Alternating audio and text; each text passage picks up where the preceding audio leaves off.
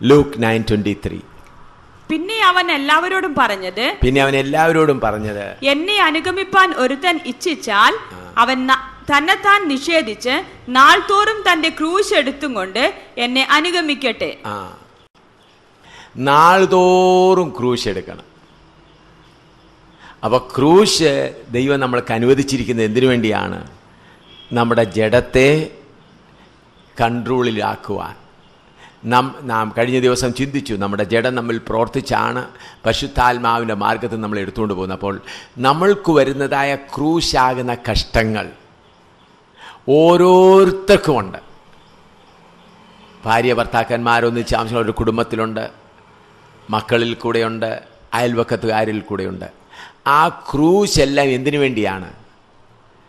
മാറ്റിക്കളയുവാനല്ല, നമ്മൾക്ക് നൽകിയിരിക്കുന്ന ജഡത്തെ ക്രൂശിക്കുവാനായി, ജഡത്തെ കൺട്രോൾ ചെയ്യുവാനായിട്ടാണ് ദൈവം എന്ത് ചെയ്തിരിക്കുന്നത്? ക്രൂശ് കൊടുത്തിരിക്കുന്നത്. അപ്പോൾ ആ ക്രൂശിനെ ഓർത്ത് നമ്മളെപ്പോഴും എന്ത് ചെയ്യണം?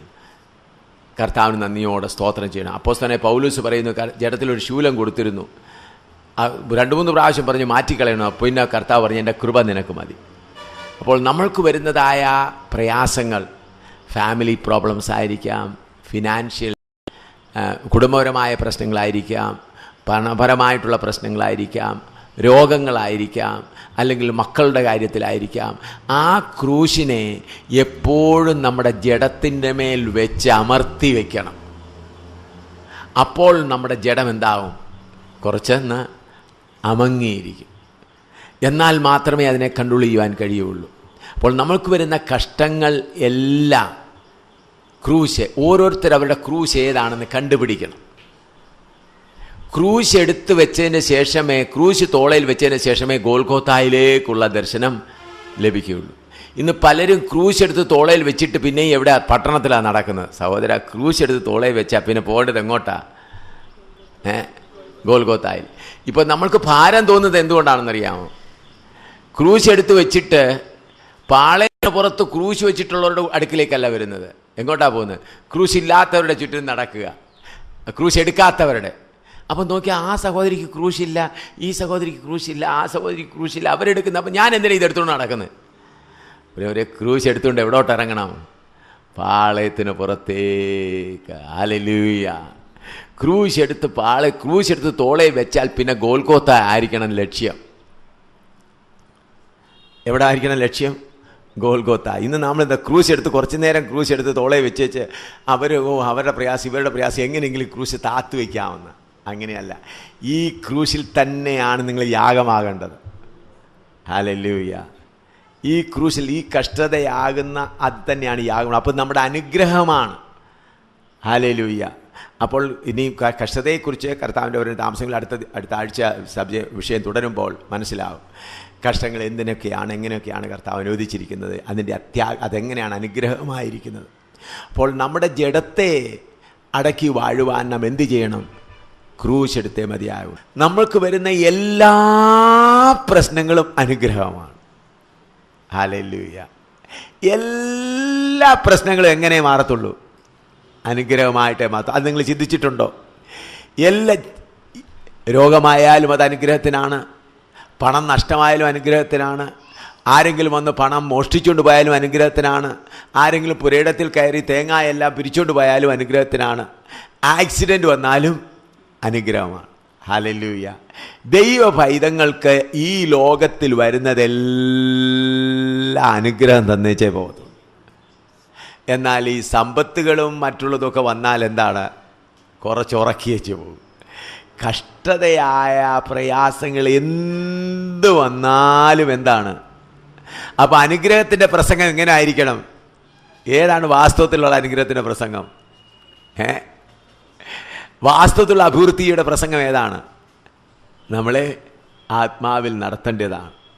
അതുകൊണ്ട് പ്രിയമുള്ളവരെ, നിങ്ങൾ വചനത്തിൽ ആഴമായിട്ട് ചിന്തിച്ചാൽ നമുക്ക് വരും. നിങ്ങൾ ആഴമായി നിങ്ങളുടെ ജീവിതത്തിലും ചിന്തിച്ച് നോക്കിയാൽ നിങ്ങൾക്ക് വന്ന രോഗങ്ങൾ, കുടുംബ കലഹങ്ങൾ, അതുപോലെ അയൽവക്കാരുമായിട്ടുള്ള പ്രശ്നങ്ങൾ എല്ലാം നിങ്ങൾ ദൈവസന്നിധിയിൽ നിന്ന് പ്രാർത്ഥിച്ച് നോക്കിയാൽ തീർച്ചയായിട്ടും അത് അനുഗ്രഹത്തിന് മാത്രമാണ്.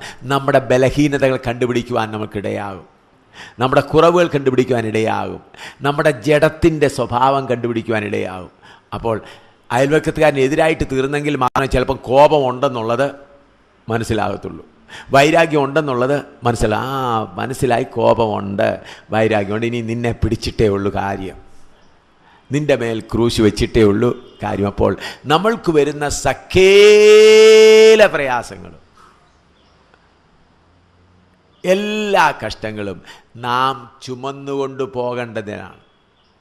ഹല്ലേലൂയ. അതുകൊണ്ട് കഷ്ടതയാകുന്ന അല്ലെങ്കിൽ പ്രയാസങ്ങളാകുന്ന ദുഃഖങ്ങളാകുന്ന ക്രൂശിനെ മാറ്റിവെക്കാൻ പ്രാർത്ഥിച്ചാൽ ആര് സന്തോഷിക്കും? ജഡം. നിങ്ങളുടെ ജഡം പറയുന്നത് ക്രൂശ് വേണ്ട, ജഡം പറയുന്നത് സന്തോഷം മതി, ആനന്ദം മതി. അപ്പൊ ജഡത്തിനോട് പറയണം, ജഡത്തിന് ഒരു കാലത്തും ക്രൂശ് ഇഷ്ടമല്ല. ക്രൂശിൻ്റെ വൈരി ആരാണ്? ജഡം. കാരണം ജഡത്തിനറിയാം എന്നെ അതിലവരെന്ത് ചെയ്യും? ക്രൂശിക്കാൻ പോകുകയാണ്. അതുകൊണ്ട് ഈ ജഡം എപ്പോഴും ക്രൂശിനെ ഇഷ്ടപ്പെടുന്നവനല്ല, ക്രൂശിന് വൈരിയാണ്.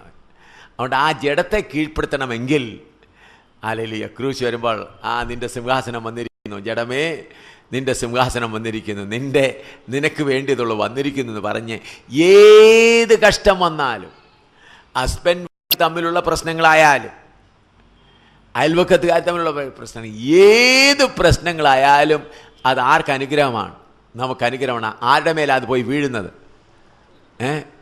ജഡത്തിൻ്റെ മേലെ. ഹല്ലേലൂയ. അപ്പം ജഡത്തെ ക്രൂശിക്കുവാനായി, അപ്പോൾ നമ്മുടെ ജഡത്തെ ക്രൂശിക്കുക, എന്നാൽ മാത്രമേ ജഡത്തെ ജയിപ്പാൻ കഴിയുള്ളൂ. നമ്മുടെ വിഷയം എന്താണ്? ആത്മാവിൽ ആരംഭിച്ച് എന്ത് ചെയ്യുന്നു? ജഡത്തിൽ പോകുന്നു.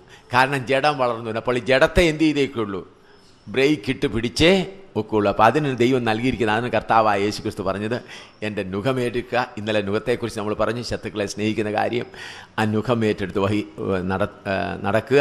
അതുകൂടാതെ നമ്മുടെ ഡെയിലി അവിടെ കൊടുത്തിരിക്കുന്ന ഒരു ഭാഗം ദിവസം തോറും, മലയാളത്തിൽ എന്താണ് നമ്മൾ പറയുന്നത്? ഡെയിലി. മലയാളത്തിൽ ഡെയിലി എന്നാണ്, ഇംഗ്ലീഷിൽ നാൾതോറും, എല്ലാ ദിവസവും. അപ്പം ക്രൂശില്ലാത്ത ഒരു ദിവസം നിങ്ങൾക്ക് ഉണ്ടാകരുത്. കാരണം ജഡം ഇല്ലാത്ത ദിവസം ഏതെങ്കിലും ഉണ്ടോ? ജഡമില്ലാത്ത ദിവസമെങ്കിലും ഉണ്ടോ? ഇല്ല സഹോദര, ജഡം എപ്പോഴും ഉണ്ട്. അപ്പം ജഡത്തിൻ്റെ പുറത്ത് ഇത് ജഡമാണെങ്കിൽ ഈ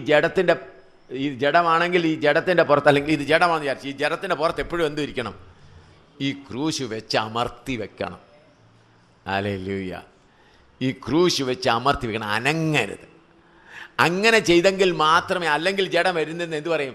എനിക്ക് സുഖം വേണം, എനിക്കിത് വേണം. അപ്പോൾ ജഡത്തെ ജയിക്കുവാൻ ആഗ്രഹിക്കുന്നവർ എല്ലായ്പ്പോഴും ഈ ബൈബിൾ ക്ലാസ്സിൽ കൂടെ ഞാൻ നിങ്ങളെ പഠിപ്പിക്കുന്ന വചനപ്രകാരം നിങ്ങൾക്ക് എല്ലാ ദിവസവും പ്രശ്നങ്ങളുണ്ടെങ്കിൽ ആത്മാവിനെ അനുസരിച്ച് നടപ്പാൻ കഴിയും. അപ്പോൾ പ്രശ്നങ്ങൾ വരുമ്പോൾ സ്തോത്രം സ്തോത്രം സ്തോത്രം, ദൈവം അനുവദിച്ചിരിക്കുകയാണ്. പ്രശ്നങ്ങൾ വരുമ്പോൾ എൻ്റെ ഫ്ലഷിനെ, എൻ്റെ ജഡത്തെ നിയന്ത്രിക്കുവാൻ ദൈവം പ്ലാൻ ഇട്ടിരിക്കുകയാണ്. ഹല്ലേലൂയ. എന്ത് പ്രശ്നമായാലും, ആക്സിഡൻ്റ് ആയാലും, ഹല്ലേലൂയ, ദേഹത്തിൻ്റെ വേദനയായാലും, ഭർത്താവ് എതിരായിട്ട് പറഞ്ഞു, ഭാര്യ എതിരായിട്ട് പറഞ്ഞു, എന്തു തന്നെയായാലും, എവരി പ്രോബ്ലം, എല്ലാ പ്രശ്നങ്ങളും എന്തു തരത്തേ ഉള്ളൂ? അനുഗ്രഹമേ തന്നേച്ചു പോകത്തുള്ളൂ. അതെങ്ങനെയാ? ഒരു പ്രോബ്ലം വന്നു, ആക്സിഡൻറ്റ് വന്നപ്പോൾ നമ്മളെ ചെറിയ പ്രോഗ്രാമുകളൊക്കെ വെച്ചു, കാറിടിച്ച് കൈ പൊട്ടി, അല്ലെ കൈ ഒടിഞ്ഞു, കാലൊടിഞ്ഞു, എന്തായി. അപ്പം നമ്മുടെ ആ പല സ്പീഡും, നമ്മുടെ പ്ലാനുകൾ പലതും എന്തായിത്തീരും? ഫ്ലഷും മൈൻഡും കൂടെ ചേർന്ന പ്ലാൻ എല്ലാം സ്റ്റോപ്പ്. പിന്നെ അവിടെ കുറച്ച് നാൾ കിടന്നു കഴിയുമ്പോൾ കാര്യങ്ങൾ അതുപോലെ എൻ്റെ ജീവിതത്തിൽ അപകടങ്ങളുണ്ടായിട്ടുണ്ട്, രോഗങ്ങൾ വന്നിട്ടുണ്ട്, മരണപരമായ ഉപദ്രവങ്ങൾ വന്നിട്ടുണ്ട്, എത്രമാത്രം. അതെല്ലാം റോമൻസ് 8:28 വായിച്ചാൽ, റോമാലേഖനം 8:28, റോമൻസ് 8:28, റോമാലേഖനം 8:28. എന്നാൽ ദൈവത്തെ സ്നേഹിക്കുന്നവർക്ക് നിർണയപ്രകാരം വിളിക്കപ്പെട്ടവർ തന്നെ സകലവും നന്മയ്ക്കായി കൂടി വ്യാപരിക്കുന്നു. സകലവും, ഭാര്യ ഭർത്താവ് തമ്മിലുണ്ടായ വഴക്കും എന്തിനു വേണ്ടിയാ? നന്മയ്ക്കായിട്ട്. അയൽവക്കത്തുകാരുടെ വഴക്ക് നന്മയ്ക്കായിട്ട്. വലിയ കാര്യത്തിൽ അവിടെ നിന്ന് ഒരു 100 രൂപ അല്ലെങ്കിൽ കുറച്ച് രൂപയും കൊണ്ട് കടയിലോട്ട് പോയി, 500 രൂപയും കൊണ്ട് കടയിലോട്ട് പോയ വഴി ബസ്സിൽ നിന്ന് ആരോ പോക്കറ്റ് അടിച്ചു. അതും എന്തിനു വേണ്ടിയാ? നന്മയ്ക്കായിട്ട്. ഹല്ലേലൂയ, ഹല്ലേലൂയ. എല്ലാ നന്മയ്ക്കായിട്ട്. അങ്ങനെയുള്ളവർ സാത്താനെ നോക്കി പറയും, സാത്താനെ നിനക്ക് എന്തോ ചെയ്യാൻ കഴിയും?